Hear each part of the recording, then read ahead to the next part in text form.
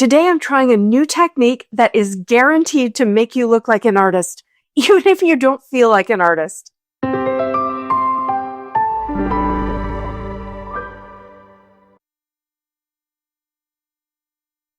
I found this technique on YouTube on the Two Little Owls channel run by Denise Love. I'll link the video I watched below, but I know she has a whole lot that are similar. Denise clearly is an artist, and she does a lot of work with watercolors and stencils. Aside from this technique and the gorgeous result, I love that she seems to enjoy making full panels that are broken up into card-sized panels, which makes this a perfect way to get a lot of cards done quickly. And I've got some ideas and alternatives if you don't have the exact supplies. I've got some Ranger watercolor cardstock here, and it's taped off into 6 kind of equal squares. I'm using some ink refills instead of watercolor paints. I've got Sauna, Flirty Fuchsia, and Rouge. I used these colors together last week and I absolutely love them. I put a few drops of each color in a well in a little plastic palette here, and then I realized I'm a little out of practice using my ink refills like this. I spritzed water into them and it sprayed everywhere, so I would say just load up your brush to add water to the wells. Next, you just doodle with the colors. I'm using a big oval brush that holds a lot of water and a lot of pigment, and I just did swoopy lines all over my page. I'm ignoring the tape at this stage and I'm just trying to get coverage. I started with the yellow and then I moved on to the red. It's really ugly, isn't it? Don't worry. I moved on to the Flirty Fuchsia, which has quite a lot of pink in it, so it's going to give a cooler tone in areas, although overall these panels are going to look very red. If you're new to watercoloring, this is a great exercise for getting used to how much water and color are in your brush. I got to this point and there's still some white space, which I could have left, but I decided to fill it in. I know, it's super intense. There's harsh lines and blooms everywhere. You can see brush strokes. It looks like a big fat mess. And it's pretty wet. I used quite a bit of water, more than Denise did in her video, and she did leave some white areas. Since I'm using my ink refills, I know they're going to react with water, so I added some drops by taking the nozzle out of my distress sprayer and just tapping it over each area. Like me, you may wonder why tape it at all, and not just do one big piece. I used tape initially just because that's what Denise did, but as I worked, it also helped me envision what each card front was going to look like. Once I had it dried a bit, I spritzed more water over top and I lifted that with a paper towel. And now I'm loving the texture I'm getting. So that's the base layer. This would be a beautiful piece to cut poinsettias from if you wanted to, but I'm moving on to my next layer. I got out some acrylic paints. This is a white shimmer paint and the Changing Dots stencil from a Colorful Life design. But then I decided I wanted the white to be the top layer and I wanted my dark brown to be kind of behind the white, so it needs to go down first. I used another stencil from a Colorful Life design called Teeny Harlequin, and I used one of my gel plates just as a palette. Denise uses a blending brush for this step, but I went with some cheap makeup sponges and I just patted some brown ink through parts of the stencil onto each panel. Having that tape helps me make sure that I'm getting some design into each card, so to speak, but it probably doesn't really matter that much if you prefer to do it without the tape. Next, I went back to the white and the dots. I love how the changes in the size of the dots gives a more dynamic feel, and the white gives it almost a bokeh look. I also love the contrast and pops of brightness against that intense background, and I'm feeling really happy with this so far. You could use ink blending here if you want, if you don't have acrylic paints. I would just make sure that the background panel is really dry so that the stenciling doesn't start to kind of blend into a damp background. One thing Denise adds at this point is something called Kuretake Gold Mica ink. I don't have that, and I wasn't really thinking beyond using acrylic paints. I do have a gold acrylic paint, but it's pretty dark as you can see here. So I grabbed another shimmer paint in Vanilla Custard, I think it's called, and I added that, hoping to lighten it up. And it did get lighter, but it's definitely not as pretty as Denise's.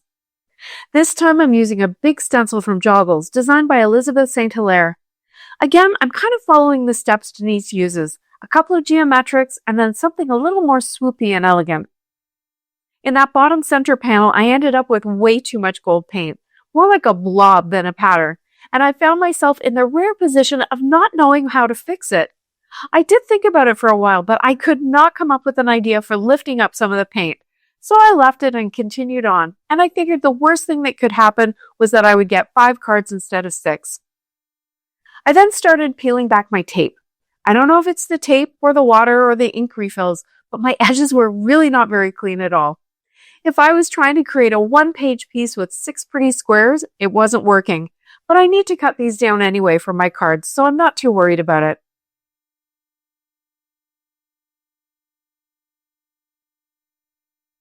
I used my trimmer to cut them down to squares that are about 3¼ inches each, and then for 3 of them, I used my Rouge ink pad and pressed the edges into it. This will give a dark edge and some definition. And then I decided to try something different, and I pressed the edges of the other 3 into my Lisa Horton gold ink. It doesn't give a lot of definition, but it does add some subtle shine, and just maybe a more finished look than the white watercolor cardstock. I piled them all into my splat box for some gold watercolor splatter. These are Kuretake watercolors, and I use this very bright yellow gold to kind of make up for that duller gold stenciling from earlier. I'm really happy with these. I cut some Merry Christmas sentiments from gold cardstock with a Simon Says stamp die, and I decided to add a little more sparkle with some diamond stickles around the edge. Diamond stickles have kind of a yellow tint to it, so the warmth works really well with these colors. And rather than worrying about precision with these, I usually just run a quick bead around the 4 edges, and then I kind of smoosh them down with my finger. It spreads it out a bit, and it gives kind of an organic feel, and it's really, really sparkly and pretty. To finish these, I added a thin black matte. These squares were pretty small, so the matte makes the focal area a bit bigger, and the black really provides a dramatic contrast.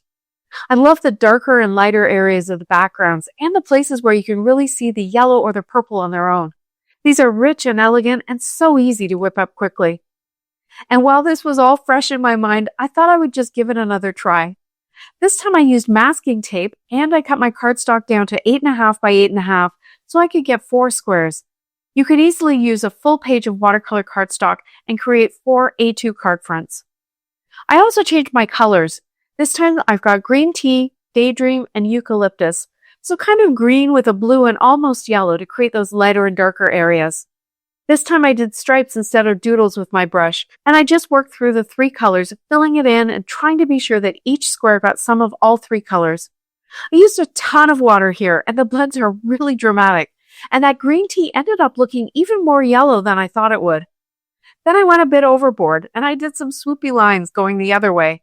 I even got to the point where I thought I might have ruined it, but since it was my second go, I still had a little bit of faith. I dried them a little, and then I started just pouncing some dots of the darker colors onto each one. It was still wet enough that the dots kind of spread, but left some subtle texture and interest.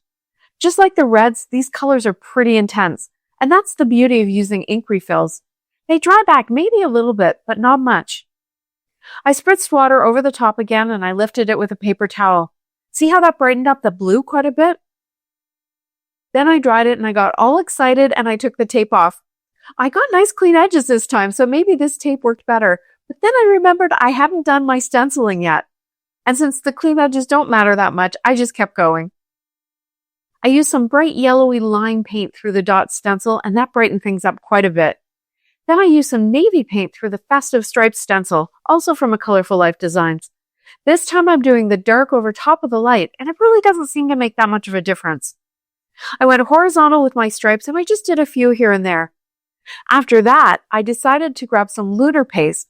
This one's called cookie dough. It's not really gold, more of a shimmery beige, and I used a spatula to put that through my vintage texture stencil. This still didn't give me quite the rich gold that Denise likes to use, but it did brighten up these panels quite a bit, as well as add some shine. I spritzed the panels with some Ulta New Shimmer spray, and then I chose a much cooler gold watercolor from that Kuretake palette for my splatter. I finished these cards in a similar way to the red ones, but since they were bigger squares, I didn't add mattes. I did press the edges into my Juniper Mist ink pad for that definition, and this time I used Stardust stickles along the edges. This one's more of a blue-based glitter, and it works really well here. The sentiment is a Simon Says stamp die-cut Mary, along with a stamped Julie Hickey Christmas, and I used some Tailored Expression snowflake confetti as embellishments. Now let's talk a bit about the alternatives.